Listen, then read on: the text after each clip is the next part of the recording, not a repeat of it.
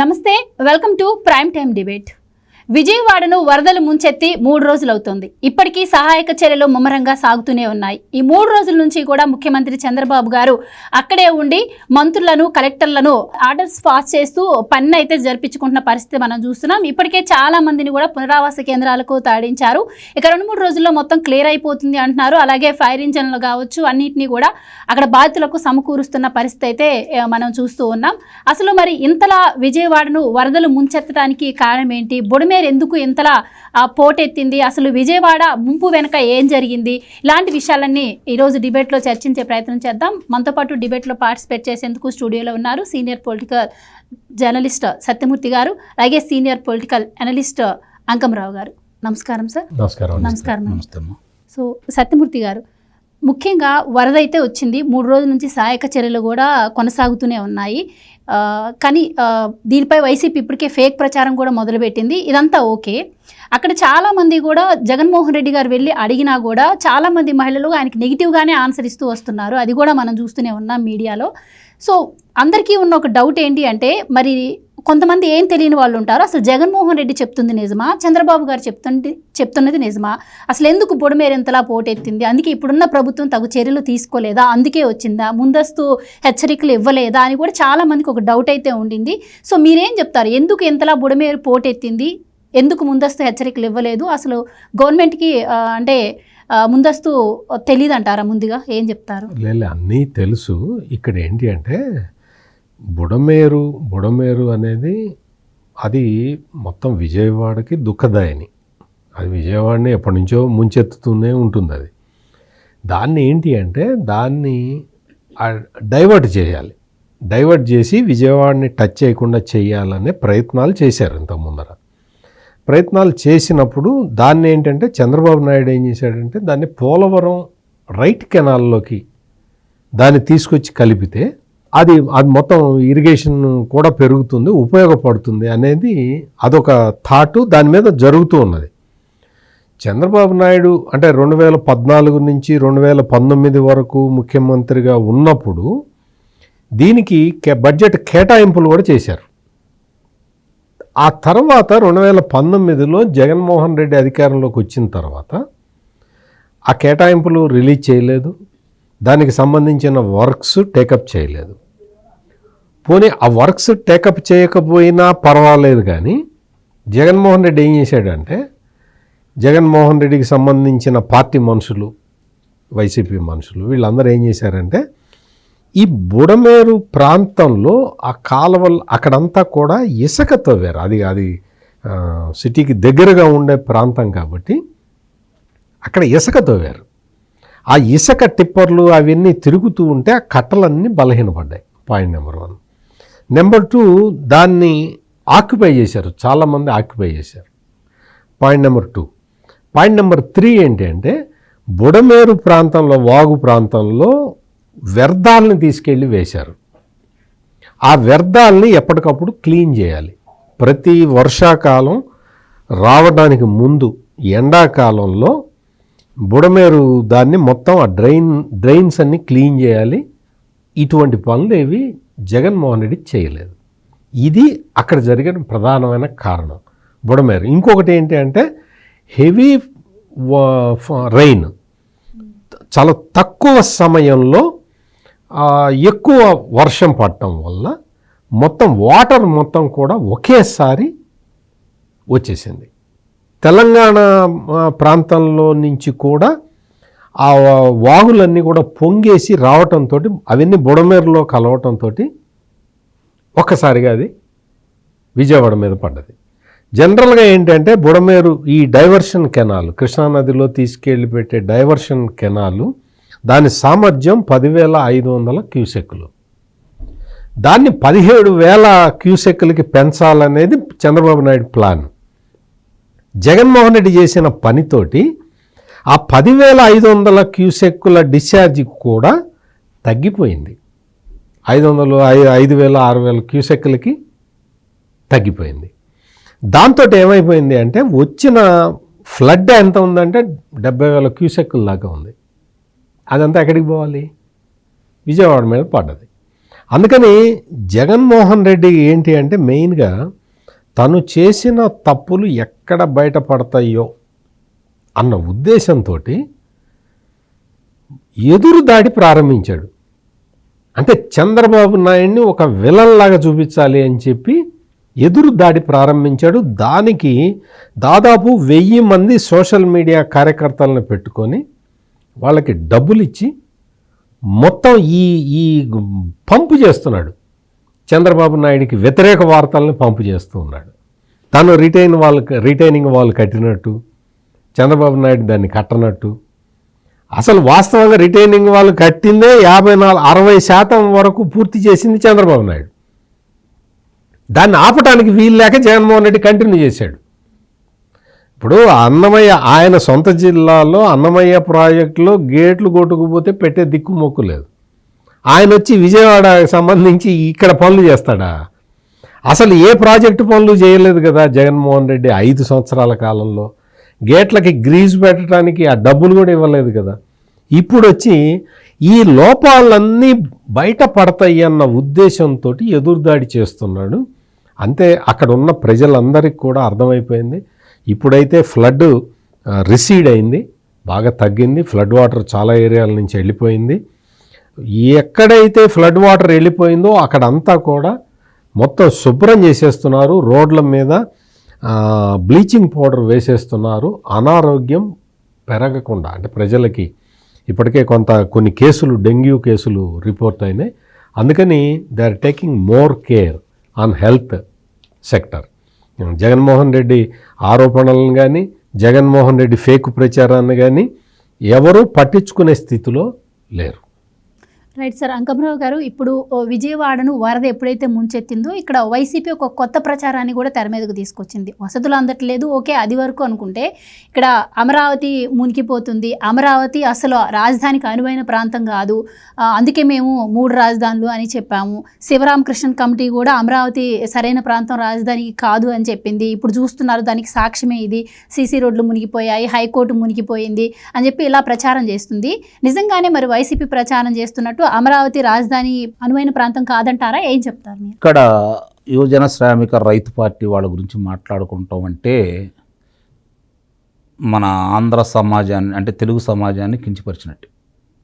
వాళ్ళ గురించి కనుక మనం మాట్లాడుకుంటే ఇప్పుడు ఆ పన్నులకు హస్తం చేయూత ఎలా ఇవ్వాలి, వాళ్ళకి సహాయం ఎలా చేయాలి, భవిష్యత్తులో ఇలాంటి ఉపద్రవాలు వచ్చినప్పుడు ఈ పరిణామాలు జరగకుండా ఏమై తగు జాగ్రత్తలు తీసుకోవాలి, ఏం చేస్తే ఈ ప్రజానీకానికి మేలు జరుగుతుంది, దీని గురించి మాట్లాడుకోవాలి.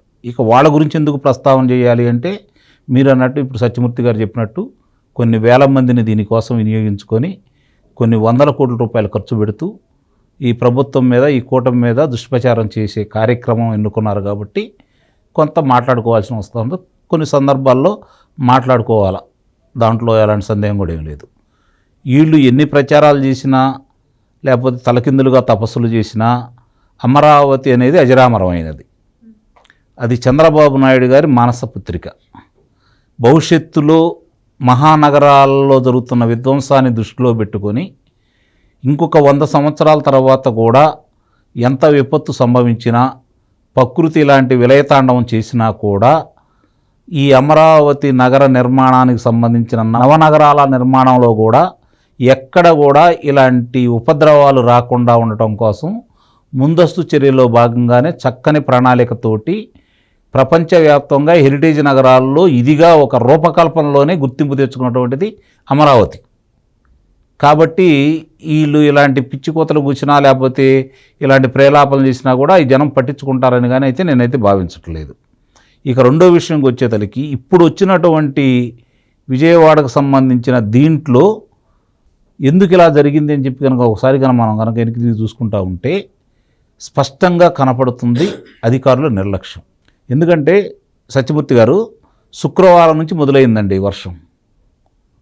శుక్రవారం సాయంత్రం నుంచి వర్షం మొదలైంది. ఇది ఎందుకు చెబుతున్నానంటే, ఈ బుడమేరుకు సంబంధించి ఇందాక వారు చెప్పారు, బుడమేరు అంటేనే విజయవాడకి దుఃఖదాయని అని చెప్పని దానికి నిక్నేమ్ కూడా. ఇది ఎప్పుడూ బ్రిటిష్ వాళ్ళే గుర్తించారు దీన్ని. కాబట్టి ఈ ఉపద్రవాలు రాకుండా ఉండాలి అంటే ఖమ్మం జిల్లా కావచ్చు, లేకపోతే కొండల మీద పడ్డ వర్షాలు కావచ్చు, ఈ కృష్ణా జిల్లాలో ఉన్నటువంటి మిగిలిన వాగులు వంకలు దాంట్లో వచ్చే కలిసే విధానం కావచ్చు, 10,500 క్యూసెక్కుల నుంచి విరివిగా ఎట్లా పెంచుకోవాలనే దాని గురించి చంద్రబాబు నాయుడు గారు 17,500 క్యూసెక్కులు వచ్చినా కూడా ఇబ్బంది లేకుండా ఎలా చేయాలనే దాని గురించి ఇబ్బంది లేకుండా చేసుకోవడం కోసం ఆ రోజు అనుకున్నారు. కాకపోతే ముందుకెళ్ళనమాట వాస్తవం. సరే, ఇప్పుడు జరిగిన దాంట్లో చూసుకుంటా ఉంటే ఈరోజు దీనికి సంబంధించి ఆ రోజు బ్రిటిష్ వారు దీన్ని గుర్తించేసి దీన్ని కొనసాగించినప్పుడు మనకు స్వతంత్రం వచ్చిన తర్వాత సత్యమూర్తి గారు 1956 నవంబర్ నెల 4వ తారీఖు నాడు ఆ రోజు లోక్సభ సభ్యులు అల్లూరి సత్యనారాయణరాజు గారు చేతుల మీదుగా కేఎల్ రావు గారు ప్రణాళికతోటి శంకుస్థాపన చేశారు. వెలగలేరు దగ్గర రిజర్వాయర్ లాగా వెలగలేరు దగ్గర దీన్ని చేశారు. దీని దాకా వారు చెప్పినట్టు 2 విధాలుగా దీన్ని డైవర్షన్ చేయడం కోసం. ఒకటి, ఒక భాగం వచ్చేతలికి ఇట్లా మామూలుగా వచ్చింది వెళ్ళి కొల్లేరు సదస్సులో ముఖద్వారంలో కలుస్తుంది. అది న్యాచురల్ దాన్ని చెడగొట్టకుండా అది ఒకటి. రెండోది, ఇలా వచ్చినప్పుడు ఈ వచ్చే వరదని కృష్ణానదిలోకి పంపించేస్తే భవిష్యత్తుకు ఉపయోగపడే విధంగా పోలవరం కుడి కాలువ ద్వారా ఇప్పుడు పట్టిసీమ ద్వారా ఏర్పాటు చేసుకున్నారు కాబట్టి దాంట్లో కలపాలని నదుల అనుసంధానాన్ని భారతదేశంలో తొలిసారిగా ప్రారంభించిన ముఖ్యమంత్రి గారు అయినటువంటి చంద్రబాబు నాయుడు గారు ఇది కూడా ప్రణాళిక రచించిన మాట కూడా వాస్తవం. ఇక్కడ ఏం జరుగుతుంది అంటే, ఇక్కడ దీనికి సంబంధించి చిన్న ఉదాహరణ, ఎందుకంటే అధికారుల గురించి ఎందుకన్నానంటే, ఇది జరిగినప్పుడు అక్కడ ఎలక్ట్రీషియన్ లేరండి, ట్రాన్స్ఫార్మర్ ఫెయిల్ అయిపోయింది. ఇవి ఎత్తి ఇట్లా పంపించడానికి ఆస్కారం లేకపోయినప్పుడు వాళ్ళు చేతులు ఎత్తేసినప్పుడు వెలగలేరు నుంచి నవులూరు నుంచి ఈ 2 గ్రామాల నుంచి 100 మంది పైన స్థానికులు వచ్చి ఆ గేట్లు ఎత్తడం కూడా జరిగింది. 6 గంటల సమయం పట్టింది సత్యమూర్తి గారు. అప్పటికే జరగాల్సిన ఉపద్రవం జరిగిపోయింది. ఇంత జరిగిన తర్వాత కూడా ఈ రోజుకు చూసుకుంటా ఉంటే, జరుగుతున్న దానికి చూసుకుంటా ఉంటే, ఆయన నిన్న చూసుకుందాం, ఎక్కువ కూడా వద్దండి, నిన్న చంద్రబాబు నాయుడు గారి కార్యక్రమం చూసుకుంటే నిన్న వరకు 22 కిలోమీటర్లు జేసీబీలో ప్రయాణం చేశాడు ఆయన. వీళ్ళని పరామర్శించడం కోసం, సహాయ కార్యక్రమాలు అందుతున్నాయా లేదని చెప్పని వివరాలు తెలుసుకోవడం కోసం 22 కిలోమీటర్లు జేసీబీలో ప్రయాణం చేశారు ఈ వయసులో ఆయన. అయినా సరే వీళ్ళు విమర్శిస్తూనే ఉన్నారు. ఇంకోటి ఏం మాట్లాడాడు నిన్న ఆయన వచ్చేసి, ఆయన కాదు, వాళ్ళ మానసిక పుత్రిక సాక్షిలో సత్యమూర్తి గారు ప్రథమ పేజీలో ఏమని రాశారు, చంద్రబాబు నాయుడు గారు ఇల్లు మునక్కుండా ఉండటం కోసం విజయవాడని ముంచెత్తారు అని రాశారు. అదే లోన పేజీలో ఏమని రాశారు, మునిగిపోయిన చంద్రబాబు నాయుడు గారి నివాసం అమరావతి ప్రాంతం. అంటే వ్యత్యాసం ఇక్కడ, అంటే వాళ్ళంటే భార్యాభర్తలు వాళ్ళిద్దరికీ సరిలేదేమో నా అనుమానం. అంతే కదా, ఈ నోటి చెప్తుంటే రాస్తుంది. అంటే ఇక్కడ చాలా స్పష్టంగా మా ప్రతిపక్ష అంటే ఇప్పుడున్న పార్టీ 11 మంది శాసనసభ్యులకి ఈయన నాయకుడు కాబట్టి ఈయన చెప్పింది రాయాలి కాబట్టి ప్రథమ పేజీలో ప్రభుత్వానికి వ్యతిరేకంగా రాయాలి కాబట్టి ప్రథమ పేజీలో రాసింది. రెండోది ఆ మనసులో మాట, ఆమె ఊహించుకున్న ఊహాగానం, నిద్రపోతే వచ్చిన కళ్ళ రూపం లోపల పేజీలో ఉదాహరించింది.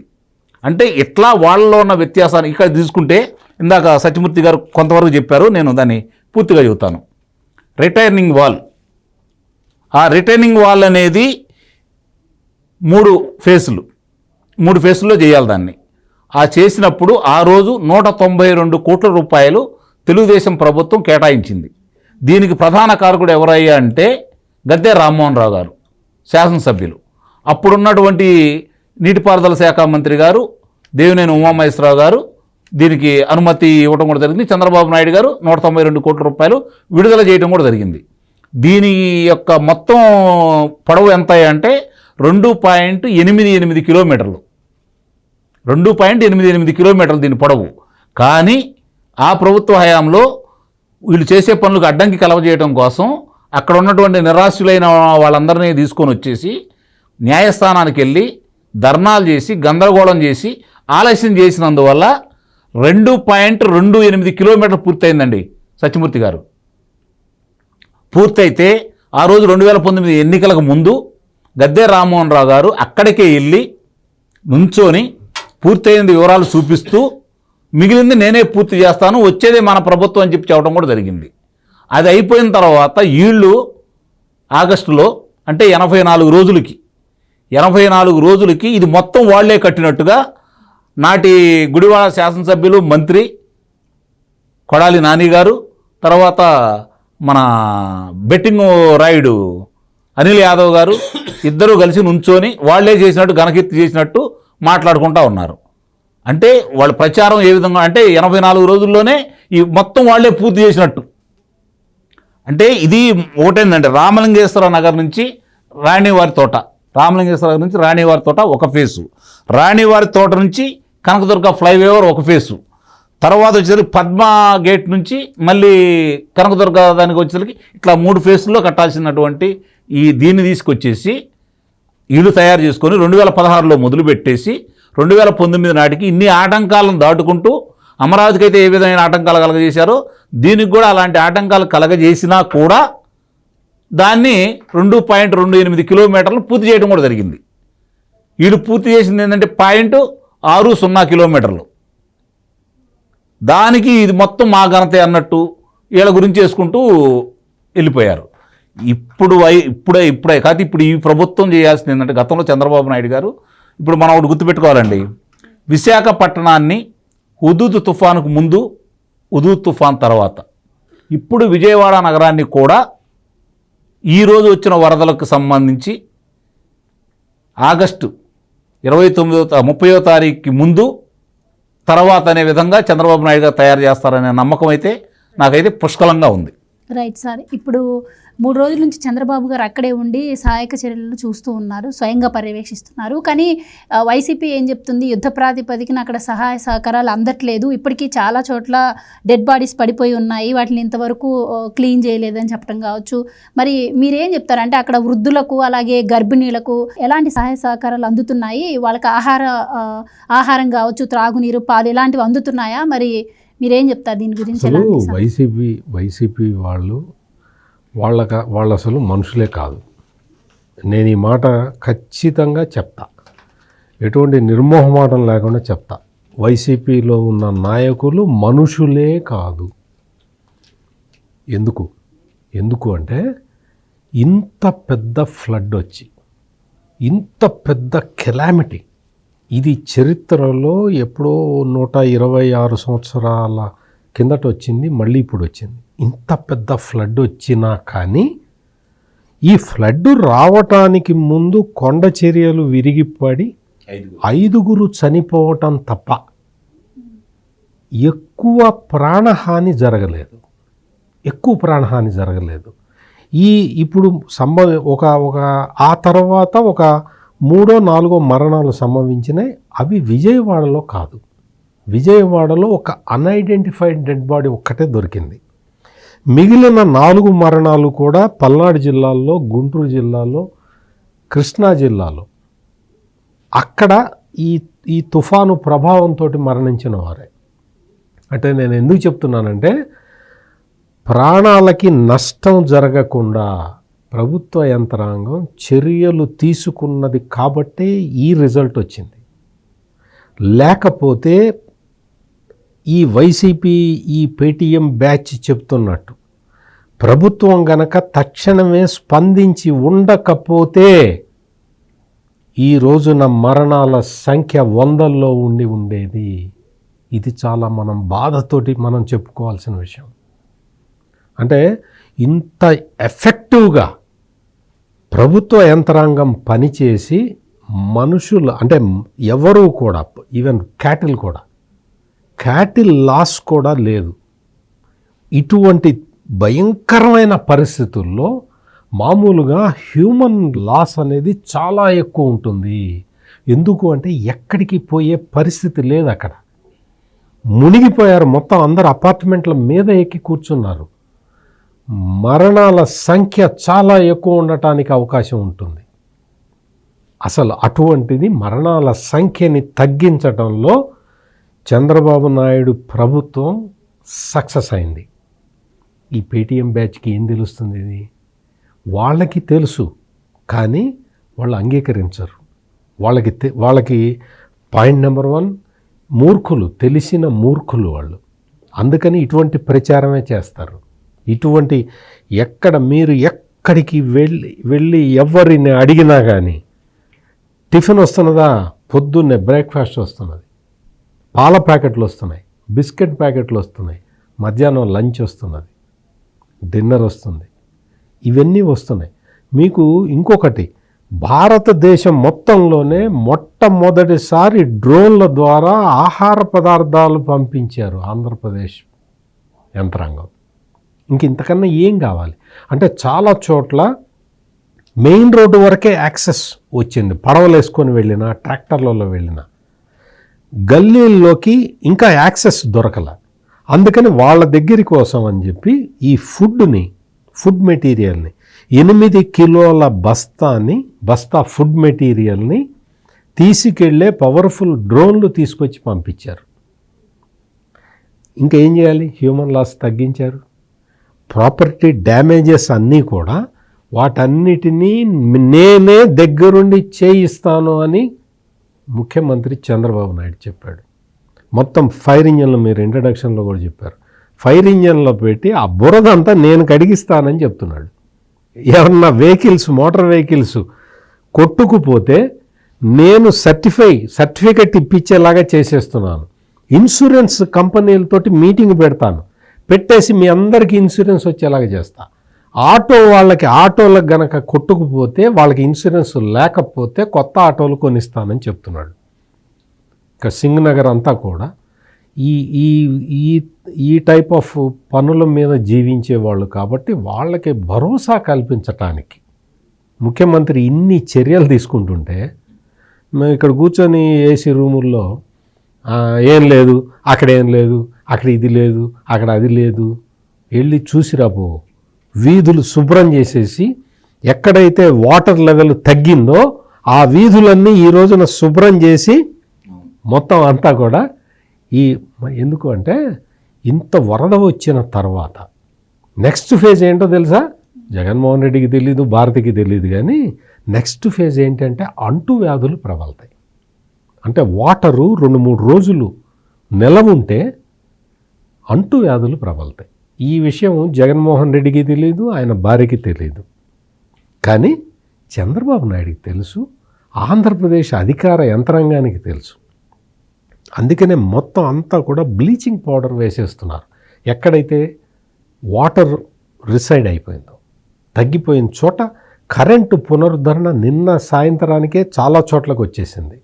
వాటర్ లెవెల్స్ తగ్గిన చోట అంతా కూడా కరెంటు సప్లై జరిగింది. వైద్య శిబిరాలు కూడా ఏర్పాటు చేస్తున్నారు. ఈ రోజు ఉదయం నుంచి వైద్య శిబిరాలు ఏర్పాటు చేస్తున్నారు. హెల్త్ మెడికల్ ఇన్ఫ్రాస్ట్రక్చర్ మీద చంద్రబాబు నాయుడు డే 1 నుంచి చెప్తూనే ఉన్నాడు. వాళ్ళంతా అరేంజ్మెంట్లు చేశారు. మొత్తం హెల్త్ డిపార్ట్మెంట్ మొత్తం మందులు ప్రొక్యూర్ చేసేసి మందులు కూడా పంపించింది.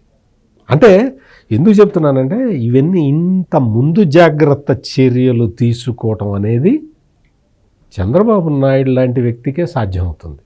నీకు అసలు ఇళ్లల్లో మట్టి ఉంటే అది కూడా నేను అడుగుతా, మీరేం వర్రీగా మాగనని ఏ ముఖ్యమంత్రి చెబుతాడమ్మా భారతదేశంలో? ఇంతకుముందు ఎవరన్నా చెప్పారా మీకు ఆటో కొట్టుకుపోయిందో నేను కొత్తది ఇస్తా, కంగారు పడమాక అని ఎవరు చెప్తారు? నీకు మొత్తం వెహికల్స్ వాటికి సంబంధించిన సర్టిఫికేట్ నేను ఇచ్చేస్తా, మీరు ఇన్సూరెన్స్ క్లెయిమ్ చేసుకోండి, లేకపోతే రిపేర్లు కూడా గవర్నమెంట్ చేస్తుంది, ఓకేనా అని ఎవరు చెప్తారు? అది అక్కడ జరుగుతున్నది. విజయవాడలో ఇంత పెద్ద ఎత్తున చెప్తున్నాడు. అందుకనే ఇవాళ ఇంత చేస్తున్నా కానీ వీళ్ళు ఫేక్ ప్రచారం చేస్తున్నారని చెప్పి ఇవాళ ఇప్పటివరకు హార్ష్గా మాట్లాడలేదు. ఇవాళ చంద్రబాబు నాయుడు చాలా హార్ష్గా మాట్లాడి తాట తీస్తా ఒక్కొక్కటిది. నేను ఇంత కష్టపడి నా అధికారులు ఇంత పోలీసు సిబ్బందితో సహా ఇంతమంది వాలంటీర్లు ఇంతమంది కష్టపడి పని చేస్తూ ఉంటే తప్పుడు ప్రచారం చేస్తారు, ఆ తాట తీస్తానని చెప్పి ఇవాళ ఆయన కొంచెం అగ్రెసివ్గా చెప్పారు. ఇప్పటికైనా వైసీపీ ఫేక్ ప్రచారం మానుకుంటే వాళ్ళకే గౌరవం దక్కుతుంది, లేకపోతే అసలు ఇప్పటికే లేదు అక్కడ. వాళ్ళకి ప్రజలు అసహించుకునే పరిస్థితికి అధికారంలో ఉన్నప్పుడే వచ్చారు, ఇప్పుడైతే ఇంకా వెంటబడి కొడతారు. Right sir. అంటే ఇప్పుడు విజయవాడ అలా మునగడానికి కారణం బుడమేరు అంటున్నారు. సో బుడమేరు ఎందుకు ఫ్లోటింగ్ తట్టుకోలేకపోయింది? మొత్తం అంతా కూడా ఇదంతా పరిస్థితి క్లియర్ అయ్యాక ఎంక్వైరీ జరుపుతాము, అక్కడ అక్రమ నిర్మాణాలు ఏమున్నా సరే వాటిపైన చర్యలు తీసుకుంటామని కూడా బాబు గారు చెప్పడం అయితే జరిగింది. కానీ ఇప్పటికీ కూడా కొన్ని ప్రాంతాల్లో వాటర్ తగ్గినా కొన్ని ప్రాంతాల్లో ఇంకా వాటర్ అలాగే ఉండిపోయింది. సో మరొక మాట వింటూ ఉన్నాం, బుడమేరుకి మళ్ళీ ఫ్లోటింగ్ పెరుగుతుంది అని చెప్పి. మళ్ళీ ఫ్లోటింగ్ పెరిగితే మళ్ళీ వాటర్ ఏమైనా వచ్చే అవకాశం ఉంటుందంటారా? ఎలాంటి జాగ్రత్తలు తీసుకోవాలంటారు? అంటే ఈ తెలంగాణలో పడుతున్న వర్షాలు వాటి వల్ల దానికి వచ్చే మాట వాస్తవమే. ఇక్కడ ఒకటి గుర్తుపెట్టుకోండి అమ్మా, నిన్న జరిగిన దాంట్లో సత్యమూర్తి గారు 154 మంది గర్భిణీ స్త్రీలను సురక్షిత ప్రాంతాలకు తరలించారు. 154 మంది, 17,600 పైచిలుకు వైద్యం చేశారు. 17,600 మంది పైన వైద్యం చేశారు. 75,000 కిట్లు తయారు చేశారండి, మందుల కిట్లు. 75,000 కిట్లు రెడీ చేసి పెట్టారు, కొన్ని చేశారు. ఇందాక నేను మీకు అడ్డం వచ్చింది, 14 వైద్య శిబిరాలు ఏర్పాటు చేశారండి. అప్పటికే 25 సంచార వైద్య శిబిరాలను కూడా మొబైల్ దానికి కూడా పెట్టుకున్నారు. ఇట్లా ఇన్ని చేసుకుంటూ ముందుకెళ్తున్నటువంటి ఈ ప్రభుత్వం ఇప్పుడు ఇందాక నేను చెప్పినట్లు మొన్న జరిగిన దానికంటే ఆగస్టు 29వ తారీఖుకి ముందు రేపు అనే విధంగా దీన్ని తయారు చేయాలంటే నిస్సందేహంగా బుడమేరుని యథాస్థితిని కొనసాగించాలి. అలాగే పోలవరం కుడి కాలువలోకి కలిసే, అంటే కృష్ణానదిలో కలిసే దానికి సంబంధించిన అనుసంధానం చేయాలి. అంటే అది యథాస్థితిని కొనసాగించాలి అంటే అక్రమ నిర్మాణాలను తొలగించాలి. అది చేయకుండా అయితే సాధ్యపడే పని కాదు కదా. ఇందాక మీరు అన్నారు ఈ తప్పిదం ఎవరు ఏంటనే దానికి నిస్సందేహంగా అధికారుల పాత్ర చాలా కీలకం దీంట్లో.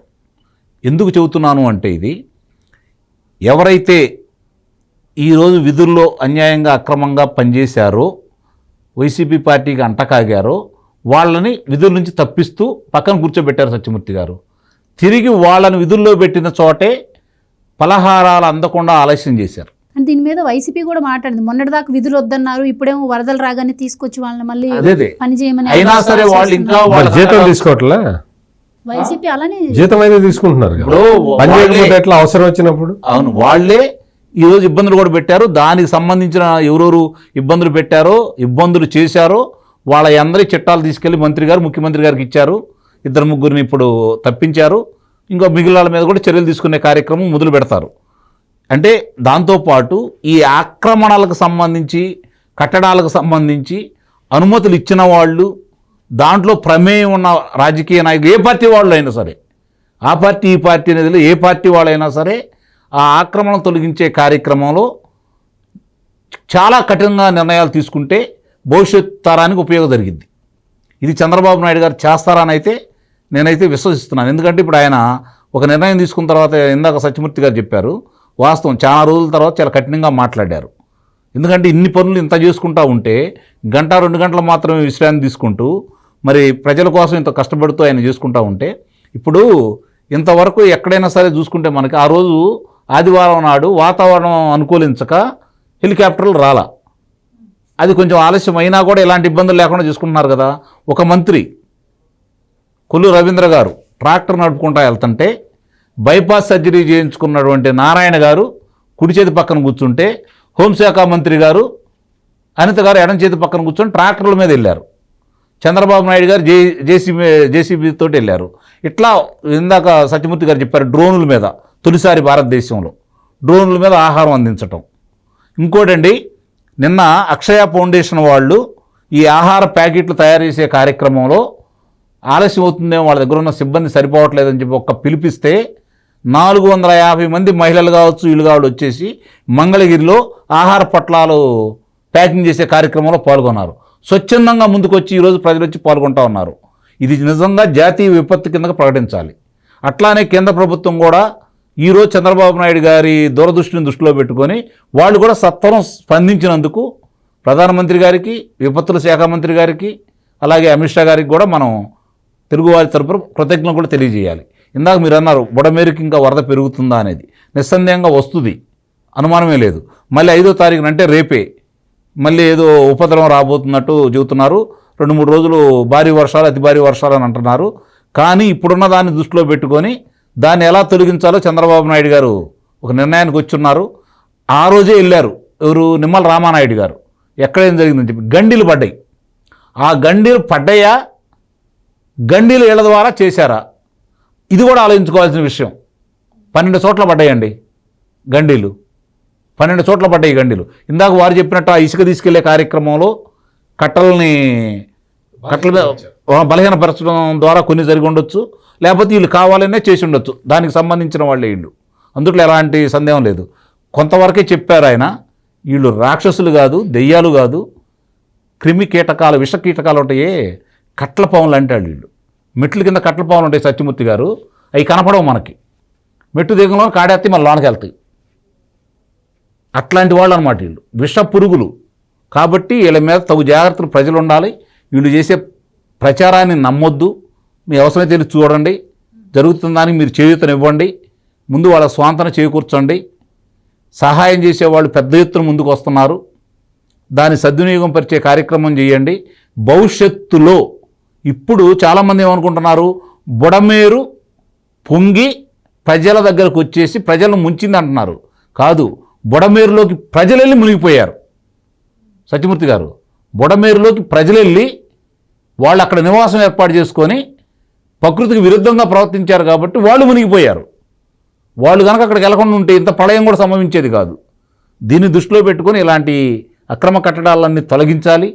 భవిష్యత్తులో ఇలాంటివి జరగకుండా ఉండాలంటే నిస్సందేహంగా ప్రజల భాగస్వామ్యం కూడా ప్రభుత్వంతో కావాలి. చంద్రబాబు నాయుడు గారు గతంలో చెప్పారు, పీపుల్స్ తోటి కలిసి మేము ఫ్రంట్ ఏర్పాటు చేస్తున్నామని చెప్పని.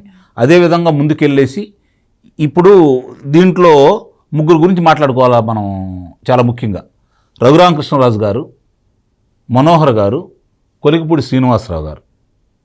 రఘురామకృష్ణరాజు గారు ప్రభుత్వం ఉన్నటువంటి ఇబ్బందులను దృష్టిలో పెట్టుకొని, ఆర్థిక ఇబ్బందులు దృష్టిలో పెట్టుకొని, స్నేహితుల ద్వారా బంధువుల ద్వారా ఆయన ధనాన్ని సమకూర్చుకొని స్వచ్ఛందంగా ఈరోజు ఇంత వరదలు వచ్చినా కూడా వాళ్ళ నియోజకవర్గంలో ఇబ్బంది లేకుండా పూడికలు తొలగించటం, కాలువలు విశాలం చేయటం, అలాగే ఆ ఉండిలో పార్కుని చాలా అద్భుతంగా తయారు చేయటం, అది ఆయన చేస్తున్నారు. తెనాలండి, కోతవేటు దూరం, ఈ ప్రవాహం దాని మీద కదా వెళ్ళేది. తెనాలిలో ముందు చూపుగా భాగంగా మనోహర్ గారు కాలువలో ఎలాంటి పూడికలు తీసేసి గుర్రపటేకాలు తొలగించినంత వల్ల ఈరోజు తెనాలి ప్రశాంతంగా ఉంది. అలాగే అంతకుముందే మొదలుపెట్టారు కొలికిపూడి శ్రీనివాసరావు గారు, ఈ అక్రమ కట్టడాల మీద యుద్ధం ప్రకటించారు. కాబట్టి మిగిలిన వాళ్ళు కూడా ఇలా ఆదర్శంగా తీసుకొని ముందుకెళ్ళి ప్రజల భాగస్వామ్యంతో ప్రభుత్వాన్ని నడపాల్సిందిగా నేను విన్నవించుకుంటూ, మానవత్వం ఉన్న వాళ్ళందరూ మానవులే దేవుళ్ళు అంటారు కాబట్టి మీరు దైవ స్వరూపులు కాబట్టి అందరూ కూడా ముందుకు వచ్చేసి ఈ అభాగ్యులను ఆదుకోవాలని చెప్పని మీ ద్వారా నేను ప్రజలకు విన్నవించుకుంటాను. Right sir, thank you so much. Thank you so much అండి. ఇది వాళ్ళ డిబేట్. మరో డిబేట్తో మళ్ళీ కలుద్దాం. Keep watching.